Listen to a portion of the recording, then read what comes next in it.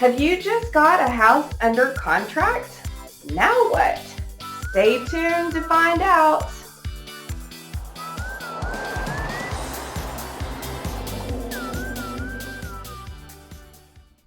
Hey, it's Melodie Watts and Dona James with EXP Realty here in beautiful Rockwall, Texas. It's Make a Move Monday, and every Monday we get you one step closer to your next move by giving you the best tips and tricks for buying or selling your home. Last week we celebrated getting an executed contract. So what's next? Well, good question, Donna. First thing you're going to want to do is get some money together. Your earnest money and option fee are due within 3 days of executing that contract.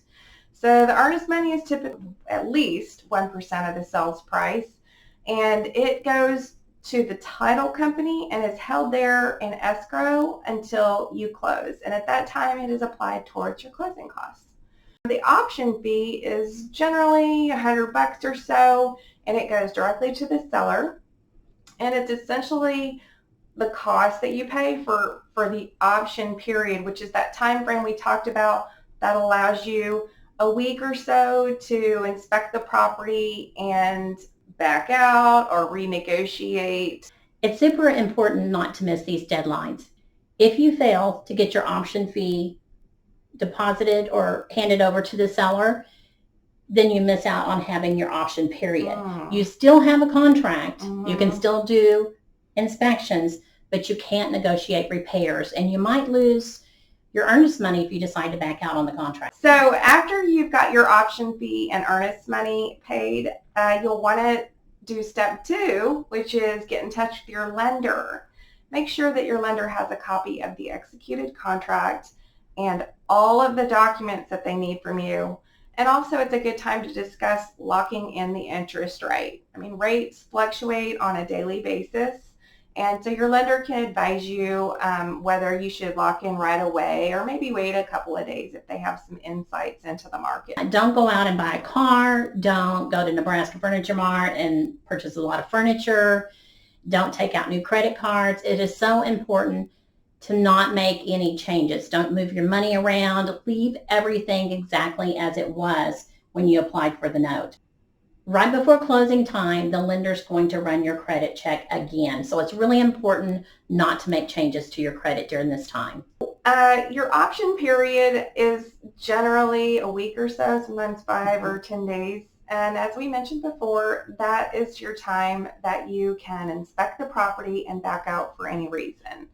I always recommend hiring a licensed inspector for your general inspection and your termite inspection. If you don't know a home inspector, ask your agent, and they'll be happy to give you some referrals. Yeah. Once you receive your home inspection, the inspector will go over it with you, and there may be some things you have questions about, such as the roof, the HVAC, the foundation. So during that option period, you can have other contractors come out and give you a bid on repairs and let you know if there are repairs needed. So after your inspection, you may want to negotiate further with the seller to make some repairs or even reduce the sales price based on your inspection findings, and your realtor can negotiate that on your behalf.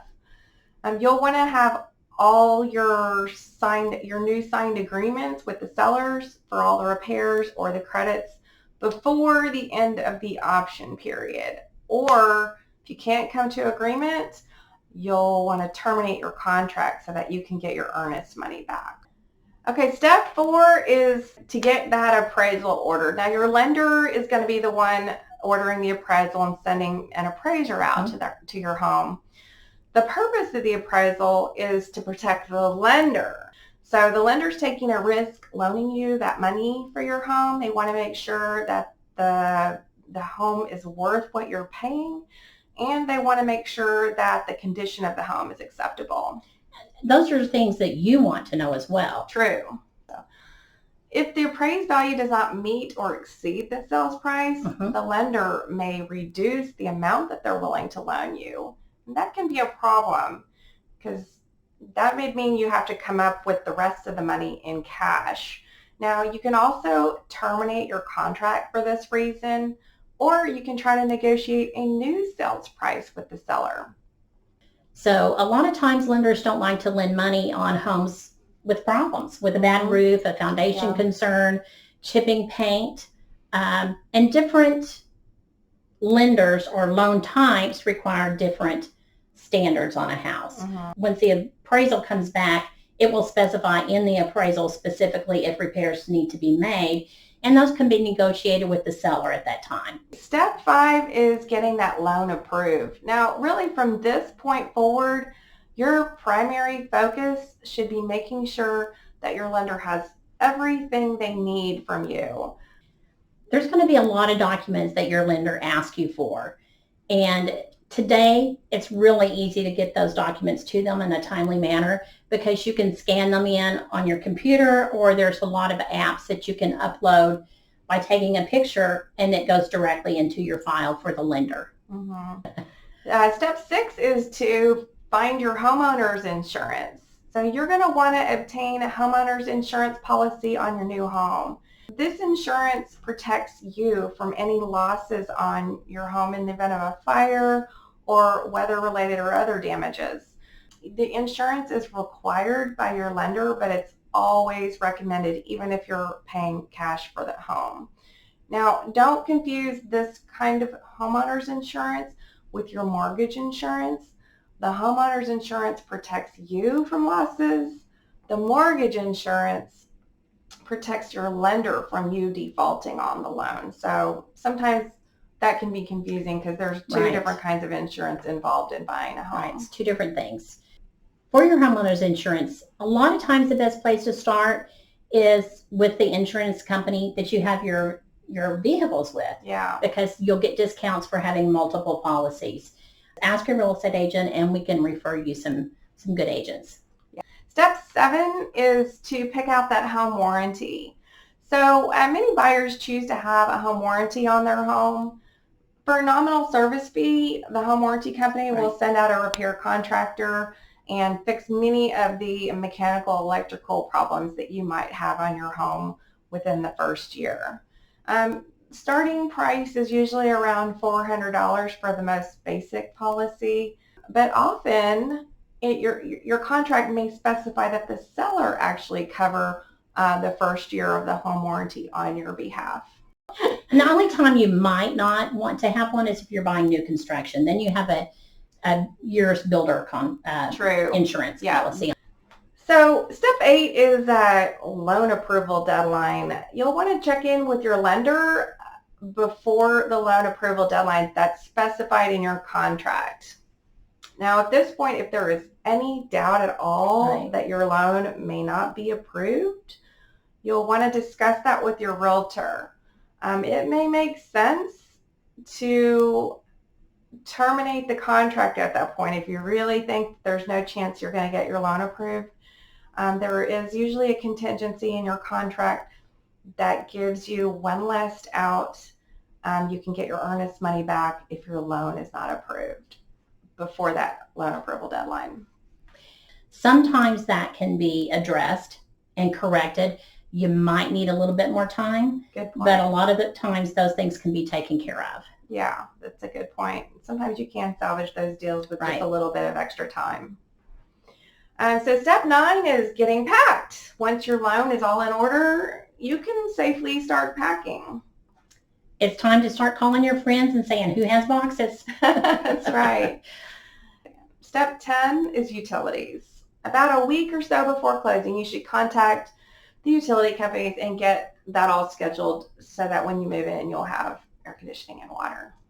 There's a lot of independent companies out there, such as Utility Concierge or Power to Choose, those type of things, that will do this for you for free. So they can search and find you the best product out there. They're going to let you know your options and you can choose, and that they're going to take care of that hookup for you. Yeah, that takes some of the headache out of it. Right. Step 11 is your closing disclosure. So about 3 days prior to closing, your lender is going to send you a document called closing disclosure. It's going to itemize all your fees out for you. So you'll want to look at this closely with your real estate agent and make sure that you understand what those numbers are for. And then step 12 is your final walkthrough.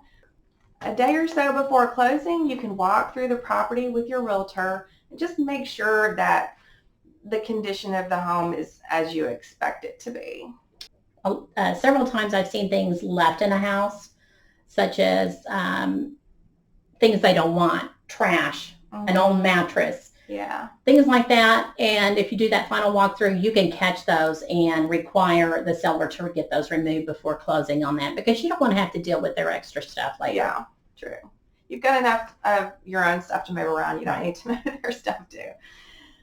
Step 13 is closing day. So typically closing takes place at the title company, and it usually takes about an hour.